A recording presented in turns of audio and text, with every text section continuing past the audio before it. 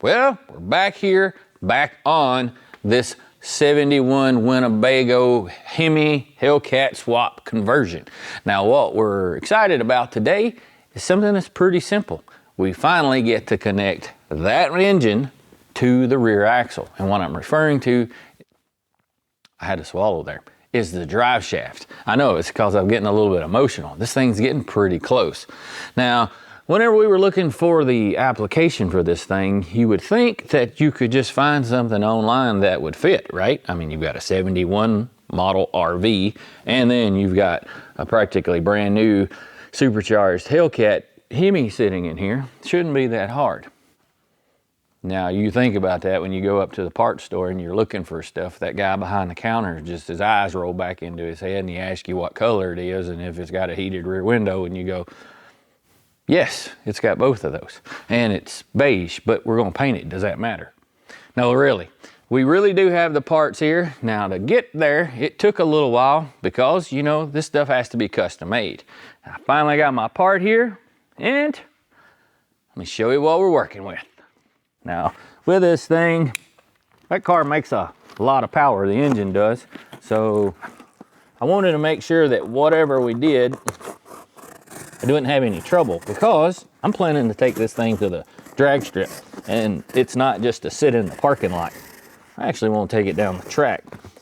Also, I'm planning to put my family in this thing. I don't want to have any problems. I don't want to be in the middle of Nowhereville, and next thing you know, you broke down. Then you're calling to get more custom parts ordered. That's just not the right way to do it. So, let's see. Now, one thing that I was absolutely fascinated about with this thing is that you would think right offhand that the drive shaft for this thing would be like 17 feet long. And whenever I bought this power plant, I actually got the original Charger drive shaft. And whenever I crawled up under here and did my measuring, I then measured that factory unit out of that car. And this wheelbase versus that one was only about 12 inches to 10 inches longer than the car. I'm serious, it's pretty crazy. Now, to get this thing up under here, we are gonna have to do a little bit of fab work. We're gonna have to build a cross member to hold everything. But I have to say, this is a pretty impressive piece. Dan's Driveline were the guys that built this thing for me. They built several shafts for us in the past with some other projects that we got. Or they were kind of excited about what we were doing because they like them odd projects. And we've got the big U-joints in it. And I told them from the beginning, like, you know, I don't want this thing to break. So with that, that's why they suggested that much bigger diameter shaft and all. We're also gonna upgrade the differential yoke. This thing from the factory came out with a 318, and it had this little bitty puny little U-joint that was in it. Now we've got the big 1350 that everybody refers to, because like this thing, I didn't want to break an ear off of it, and the next thing you know, you're spinning that drive shaft, not attached to nothing, and everything is broken, coming through the floor, making odd sounds, blah, blah, blah, blah, blah. I guess that's time for us to shut up, more or less. See if we can put this thing up under, see at least what we're working with. First order of business, we're gonna be swapping out this yoke. Now, this is something that I'm not really looking forward to, because normally, whenever you try to take these things off over here, it's nowhere near as easy as one could have even imagined. Like, a lot of times they fight you. Also, what I'm going to try to do here is a little bit of some redneck engineering, because you got to keep the yoke from spinning so that you can back the nut up from the pinion and all that good stuff. So I'm hoping, and I also got to push down on here, so I'm hoping I can use my cheater pipe with my leg and squeeze these. This is like a mechanic version of a thigh master. Jeez Louise. We gotta read. God So that's what I'm talking about. Oh. Whew. Got it.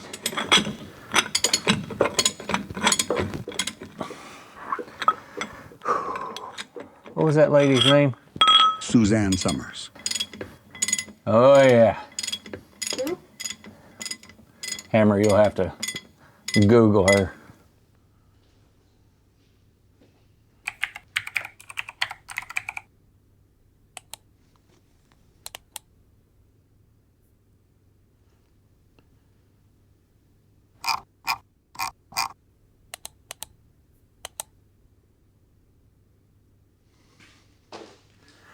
Do I need to go grab one? I got it, buddy. Alright.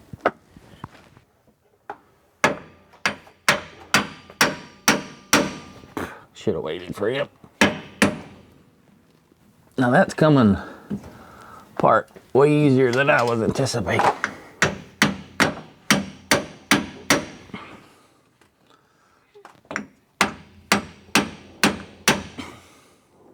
Yeah, that's gonna do it. There you go. Ow. Thank you, buddy. Thank you. Take that nut off there.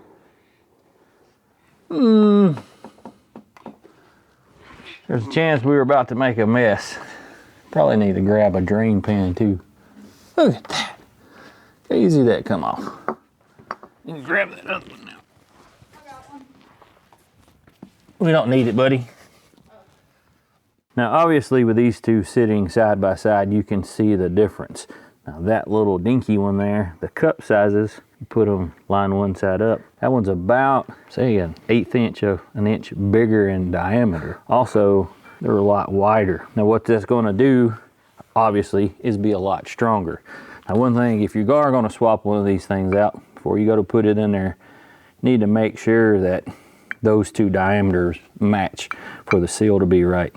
Now looking at this one, come out of our old Winnebago here, it doesn't have a whole lot of wear on it.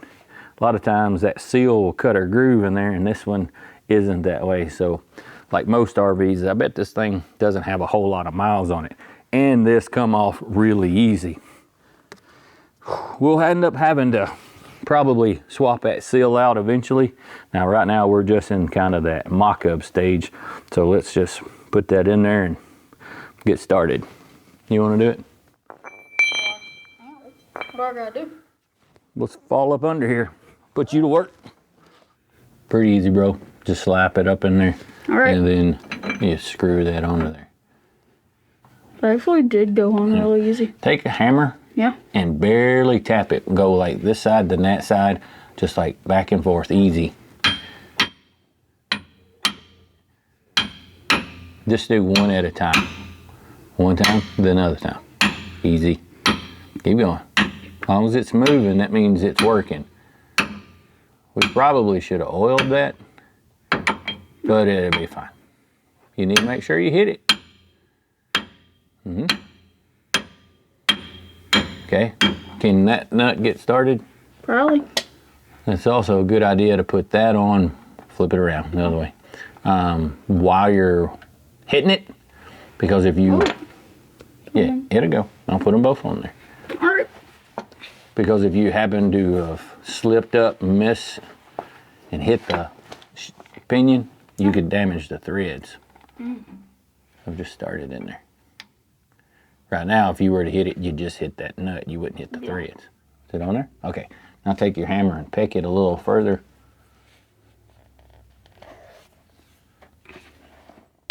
No, no. See, that's what you wouldn't want to do, bro. Oh. You don't want to hit the nut. You got to tap this. If that nut wouldn't have been on there, you could damage it and the nut wouldn't start on it. Oh. So just tap back and forth. It's moving. Yep. Keep going. Keep going. Keep going.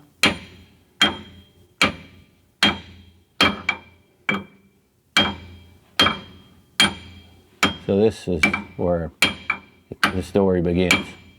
Stop. Let's see. All right. Now, that went easier than I was anticipating. Hammer, if you can grab the other drive shaft, we'll mock that dude up on the front. You'll get the one with the shiny chrome looking yoke on one end. Alright. Alright. Please, sir. Thank you, thank you, thank you, thank you. Need to.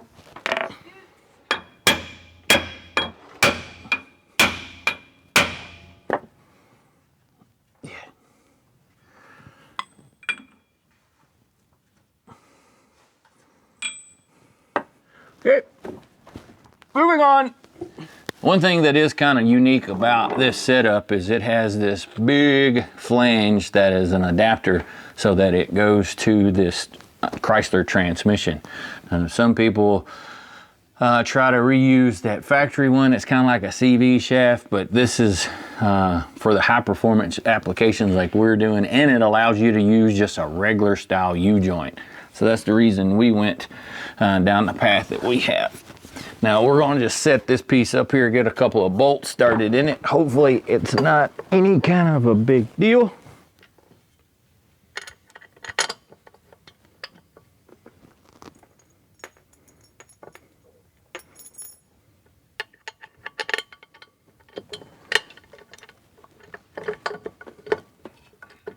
These bolts are going to be a little long, so we'll have to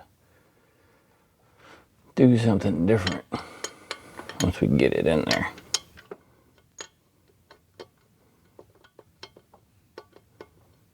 But again, we're just kind of mocking everything up. Put them safety glasses back on. Your mom would be proud of you. She knows how I am.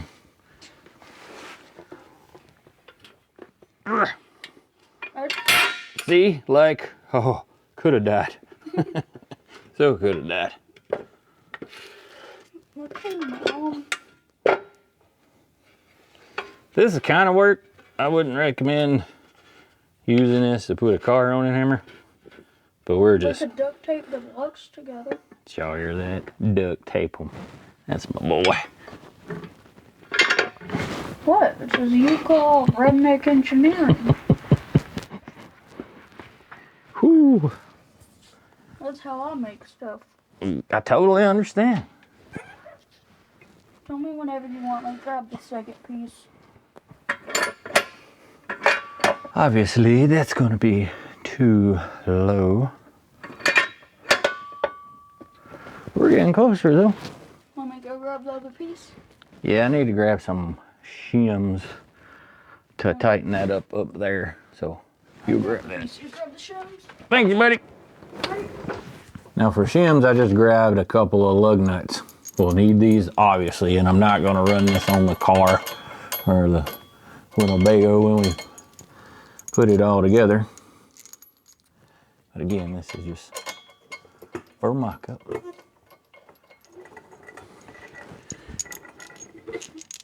This actually, geez, works pretty good. The taper on that lug nut works well.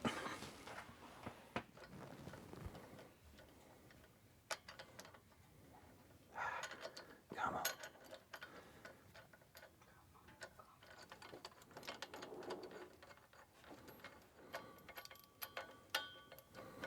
Jeez, the longest bolt ever. Working though. She's on it. Look at that. Should have opened it. I don't want to sling out and split it to you. Forward thinker. We. Come on, baby.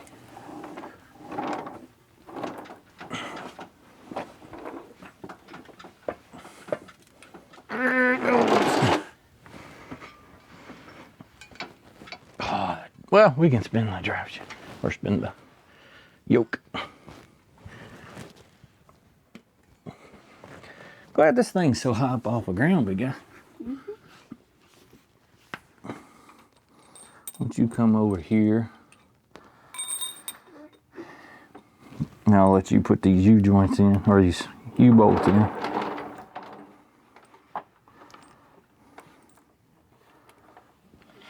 You slide around here on the other side.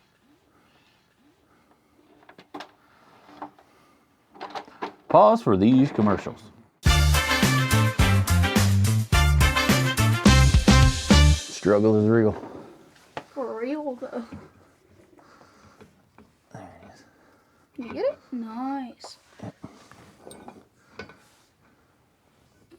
Put the top one in. Yeah. Good job, buddy. Bottom or nuts? Yeah, we can do that. Okay.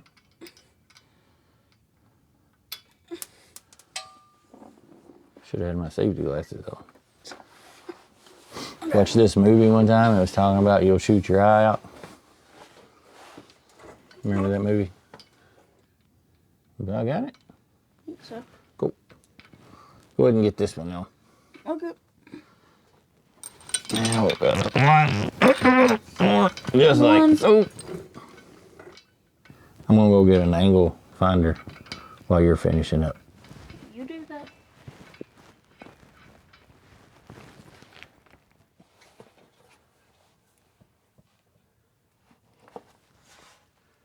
Cool. What's that at? It says 8.6. Now looking at this drive shaft, I'm used to basically putting in a one-piece unit, and it's got me wondering about the angle of the drive shaft, the front shaft to the second shaft. I know that you're supposed to have the angle of your drive line matched versus your pinion angle. So your center line of your motor transmission and the center line of your pinion, they just have to be the opposite. If one is 2 degrees, you want the other one 2 degrees. Normally, the amount of degree is 1 to 3 degrees. But with that said, with the second shaft, basically a front and a rear, I don't know if it's supposed to be like split the difference of the two, because normally you want some of that angle in them so that it doesn't create some kind of vibration. So looking at this thing, if I set the front drive shaft up at 0, basically the same as the center line in the transmission and the engine, it will be all of that angle from this U-joint to that U-joint. Just basically the second shaft will have all of it. Now, if that was wrong and I needed to accommodate that and make the front shaft a little lesser, all I'd have to do is shim that carrier bearing down. So what I'm going to do is set that to match the engine, and then I'll build a cross member in there, and then if I have to later, I can basically build a shim to bring it down to however much I need it. That way I can make progress today and potentially get this shaft mounted, and then I will call my good buddy Brick Casper with the drive shaft guys at Dan's Driveline and verify everything that I need to do. Just tell me when that's like at 4. Where are we at? 3.6. 8, 9, 4 flat, 4 flat. That's that calibration right there, boys. Whew.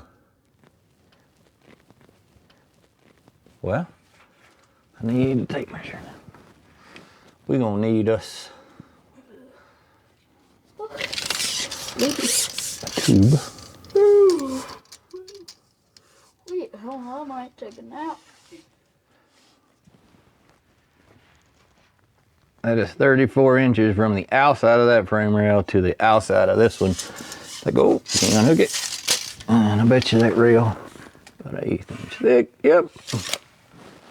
What did I say it was? This 4. That's 4. Oh, you said 34 inches. I don't know. Thanks, buddy. You're great. Keep up. Too many numbers. Keep up the good work. This isn't math class.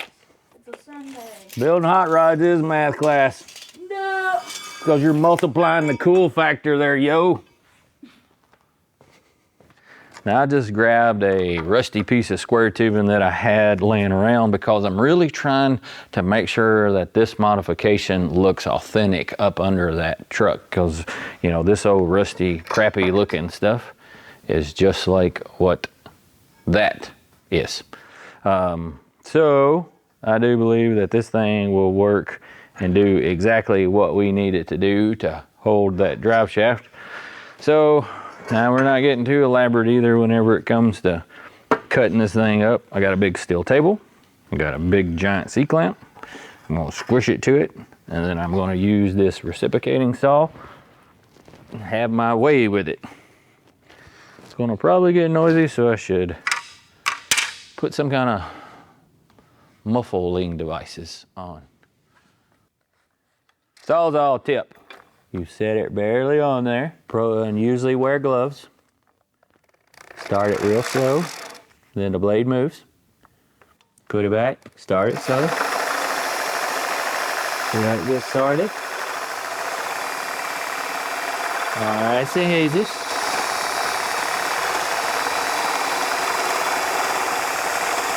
Yeah, just like that. The old under.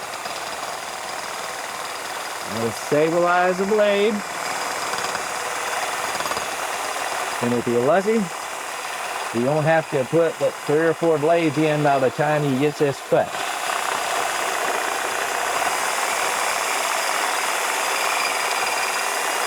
The Sarsky kickback, that means it's fighting. And don't hurry. Watch out and see him move it's down. No reason to run it wide open either.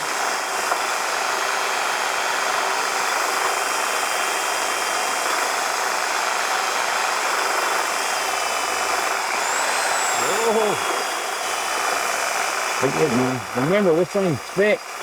Don't see some more. That's gonna take a little time to get some.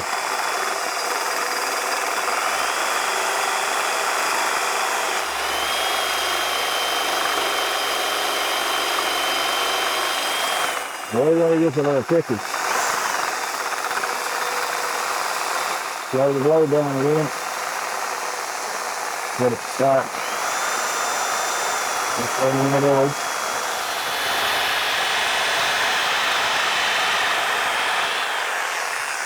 Not too bad. Now just got to do the other side.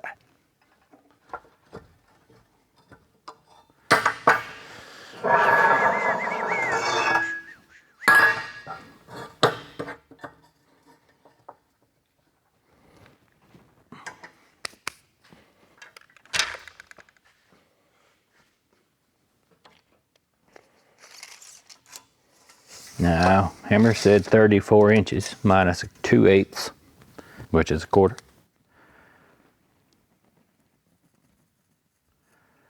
So we'll cut it about right there.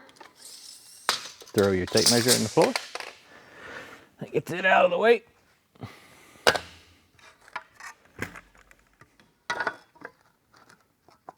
Now I know this little speed square here is normally used in carpentry work, but it works pretty snazzy. Building stuff like we are. Let's unclamp that. Speed this up a bit.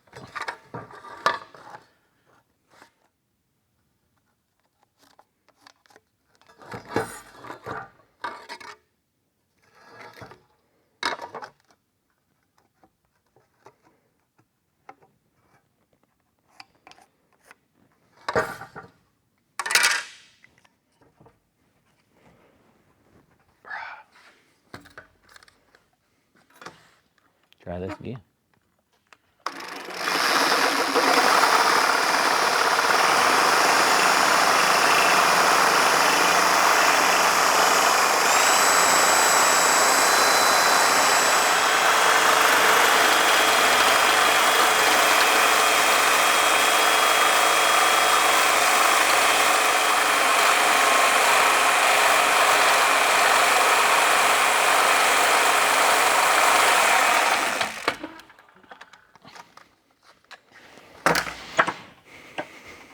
Gotta help make sure we keep that pretty square. Let's see. Let's see if we can.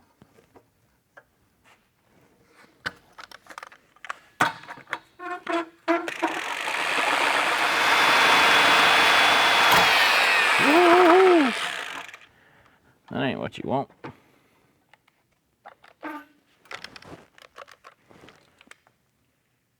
This just died. Sure did. Bump up. Now that's brought to you by Rigid Tools.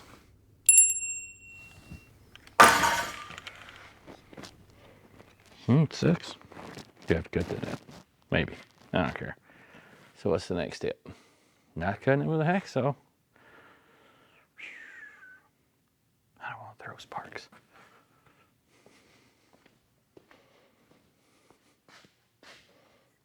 Well, I've got my center line on my cross member, and then I marked a center line here on the little U bracket for the carrier bearing on the drive shaft.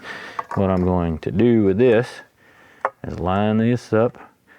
That's, man, I hit that right on first time. And what that tells me is this end over here is where that tab needs to be. And the same way with that one. So all we need to do now is take that thing, and I'm going to transfer those lines up here. This top piece.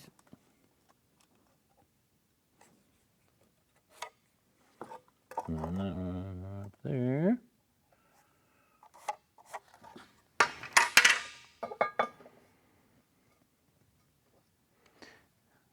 Then draw a circle there, circle on this side.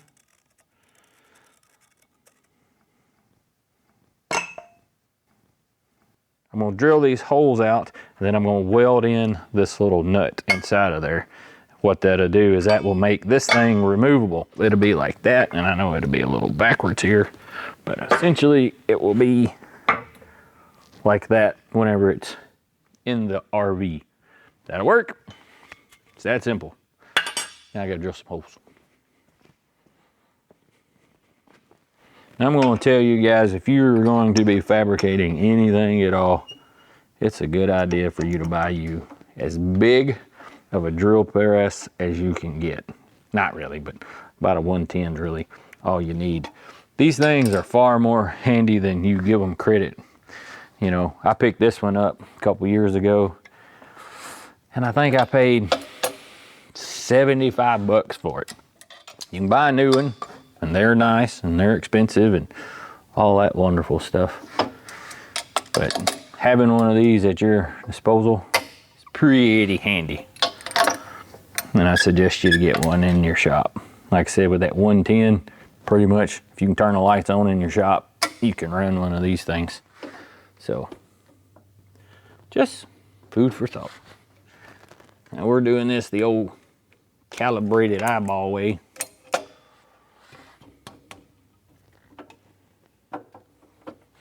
I should have centered that before, but we're centering it now.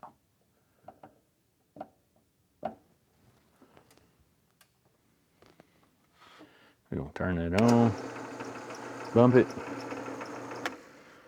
see how, we're off a little bit.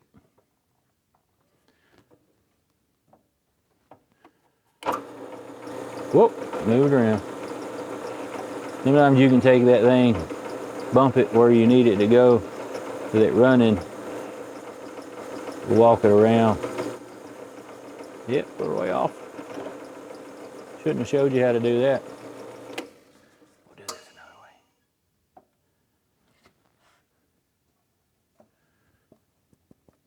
way. That should do it right there. It's probably not the right procedure, but I got my handle pushed down tight. That holds pressure on that, keep it from moving while I clamp it. You lift, put your safety glasses on, and just let that thing do its job.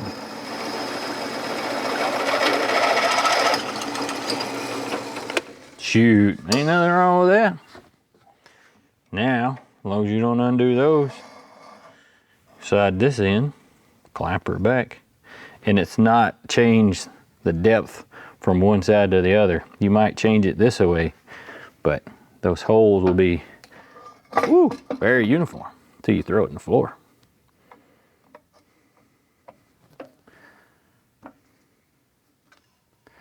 Another thing you can do is spin your flues on your bit. see exactly where you need them.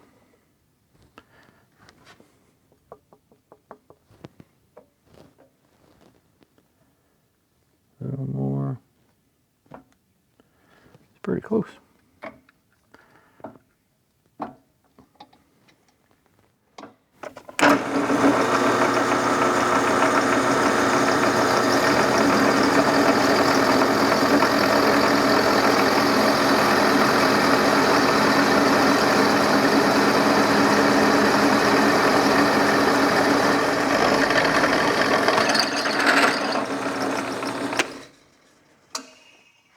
Cool. Now we're going to change bits. Supposed to put your tool back where it's supposed to go instead of leaving it on the table.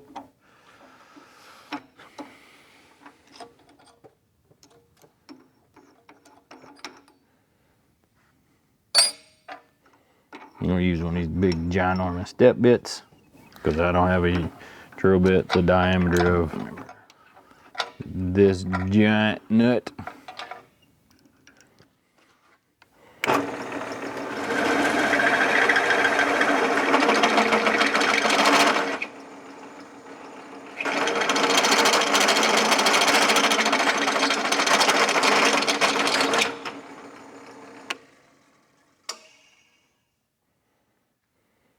Yep, it's gonna fall through it.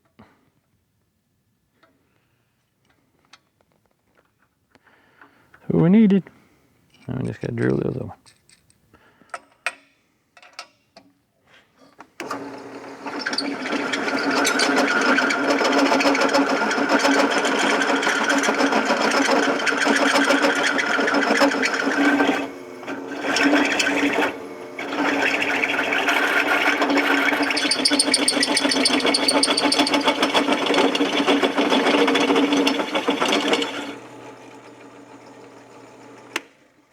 That's probably the right size. Look at that cool smoke.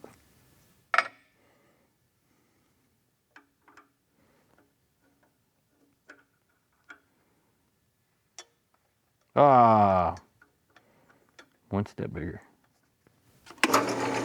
Almost there.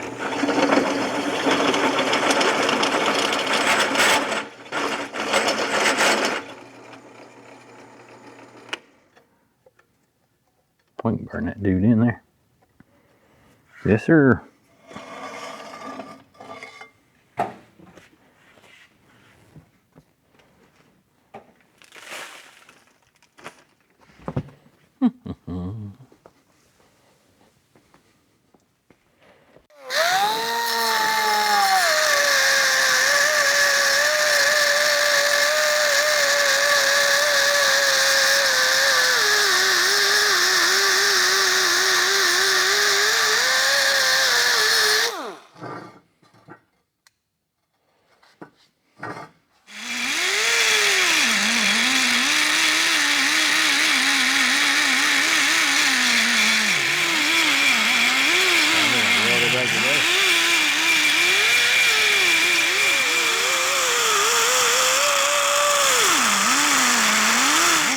Oh yeah, that'll be fine.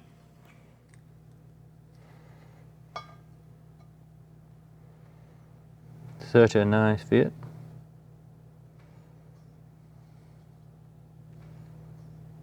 That's the beauty behind using that step bit.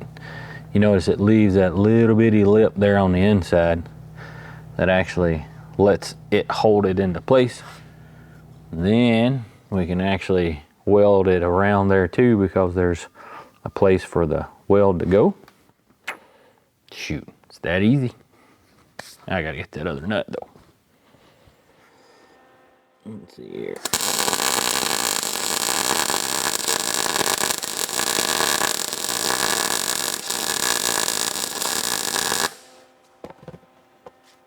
We're gonna set that up. Let's get these done. First step, just tack them. Little baby tack. On each side.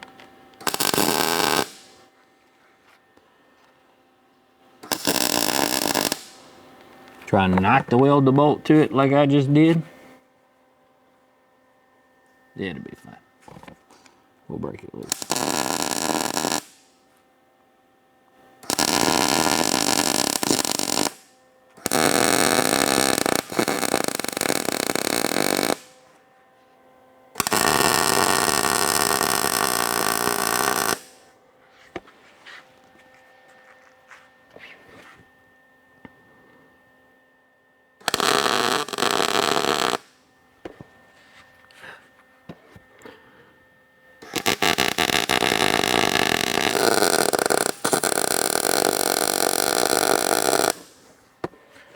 Bump that bolt, yep.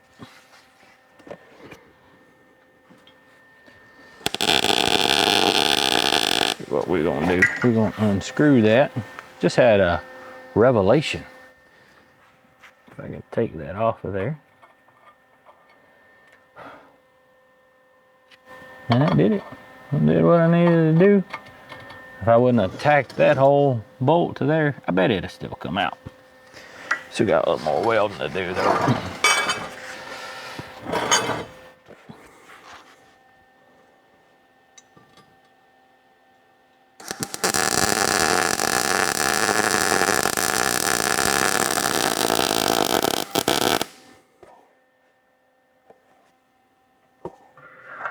Yeah, that ought to work.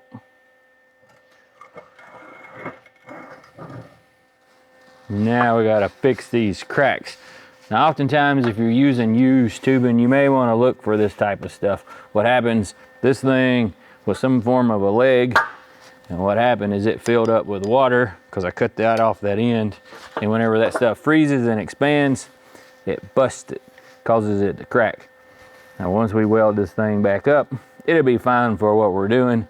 Now if you were using this for some kind of, roll cage, something safely, get a new piece of tubing.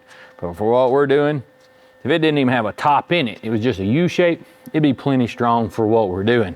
Heck, this is thicker than what we're welding it to in that Winnebago. So it's plenty strong. We just need to make sure that we take a little more precautionary measures to ensure we just give it some extra added strength. And all it takes is this electric caulk gun, and we'll be good to go.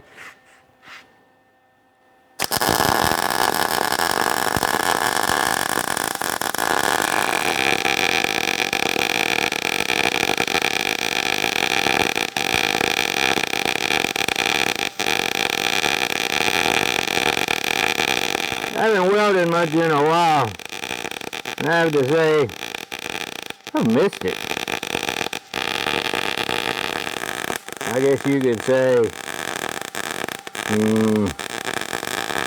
afraid to do some welding because you have people that are critics telling you you're doing it wrong, that do it by profession. I get that. Some of this stuff is, just give it a shot. Next thing you know, you may find something you really enjoy.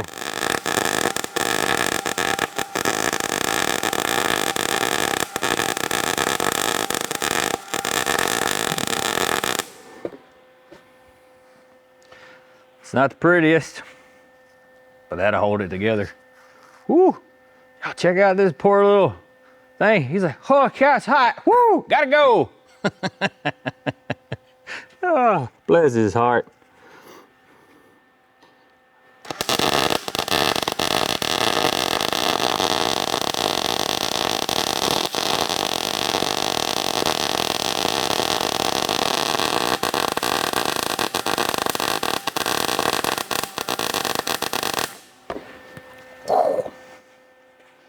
Yeah, it's kind of fat, kind of ugly.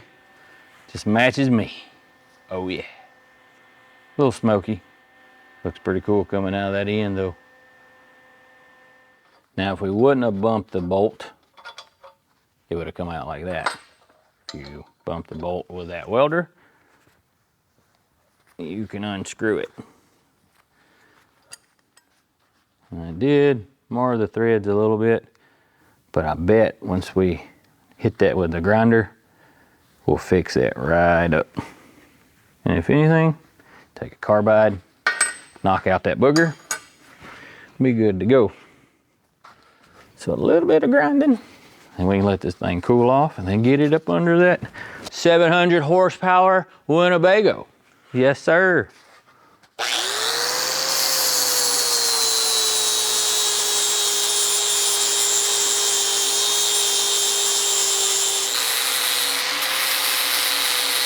When we're grinding this, all we're really trying to do is just make it fluff. We want to grind it all out. We'll make it loose, of course.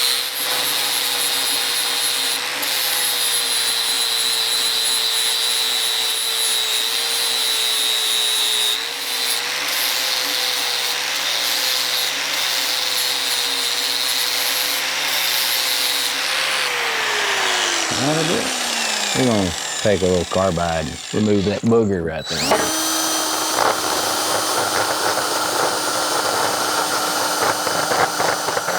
A little bit. That should do it. Taking our bolt that doesn't have any damage. Look at there. Sweet. Whew, it's a little warm. It ain't that it's hot, it just don't take me long to look at it.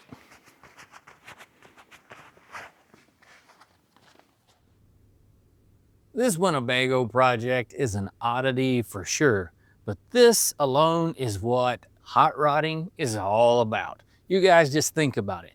Folks have been putting power plants in different vehicles that didn't belong for a bunch of years. That jack stand is kind of like a family member. It's your support team. And that alone, think about it, just brings a whole lot of joy to us all. Now, I know this thing potentially isn't gonna win any kind of races to amount to anything, but it will sure enough put a smile on my face along with my kiddo and my family. Y'all check out my photo shoot angle. Well, y'all check out my stance. Feel like I'm one of them chicks laid out on the beach. A Budweiser commercial or nothing. We're actually having plans to take this thing to the track, take it on some family vacations, and enjoy life with it. Now, do you need 700 horsepower to do it? No, but it sure does make things a bit more exciting. And that's what we're gonna be trying to do. Now, with this thing, we're also gonna be hitting a couple of shows, like Mo Party and some of the big events out there. Now with that, you guys make sure to swing by and say hello. And we really appreciate all the support that you all have been giving us. You know, the likes, the subscribes, and all that stuff really and truly encourages us to work harder to give you guys more and more and more. Thanks again for all your contributions, and always make sure to keep it between the ditches.